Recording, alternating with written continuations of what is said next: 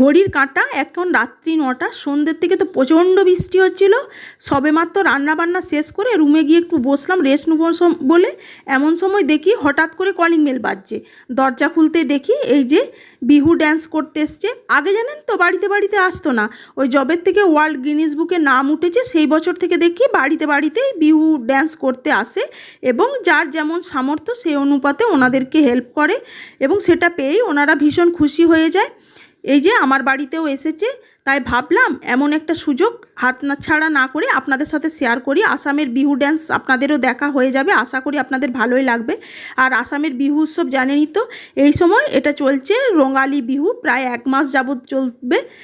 আর একটা হয় কাঙালি বিহু কার্তিক মাসে, আর আমাদের যেটা পৌষ পার্বণ সেটা ওদের এখানে হয় ভোগালী বিহু। খাওয়া দাওয়া সবটাই তো আপনারা জানেন, আমি আমার ভিডিওর মাধ্যমে শেয়ার করেছি। আগে জানেন তো বাড়িতে বাড়িতে আসতো না, আগে বিহু ড্যান্স দেখতাম বড় বড় স্টেজে হচ্ছে, না হলে বড় বড় মার্কেটের দোকানগুলোতে যেত, যে যার হেল্প করার করতো।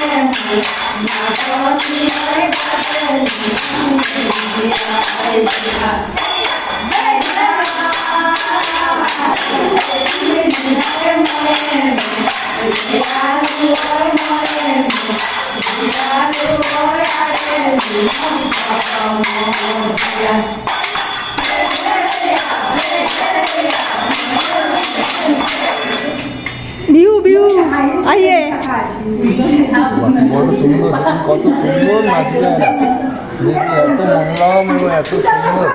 আমার বাড়ির সামনেটায় জায়গা আছে বলে বাইরেটাই হলো, প্রত্যেকের বাড়ির সামনে তো এরকম জায়গাটা নেই, তাই যাদের জায়গা নেই তাদের রুমের ভেতরে গিয়ে ড্যান্স করবে। আমি আমার যতটুকু সামর্থ্য ততটুকু দিয়ে ওনাদেরকে খুশি করার চেষ্টা করলাম। দেখলেন আসামের বিহু নাচ, সবটাই আপনাদের সাথে শেয়ার করলাম। এই বিহু নাচ আপনাদের কাছে কেমন লাগলো অবশ্যই জানাবেন। আজকের ব্লগটা এখানেই শেষ করছি, আজ তাহলে এটুকুই। আবার হাজির হয়ে যাবো অন্য ব্লগে। সবাই ভালো থাকবেন, সুস্থ থাকবেন, ধন্যবাদ, শুভরাত্রি।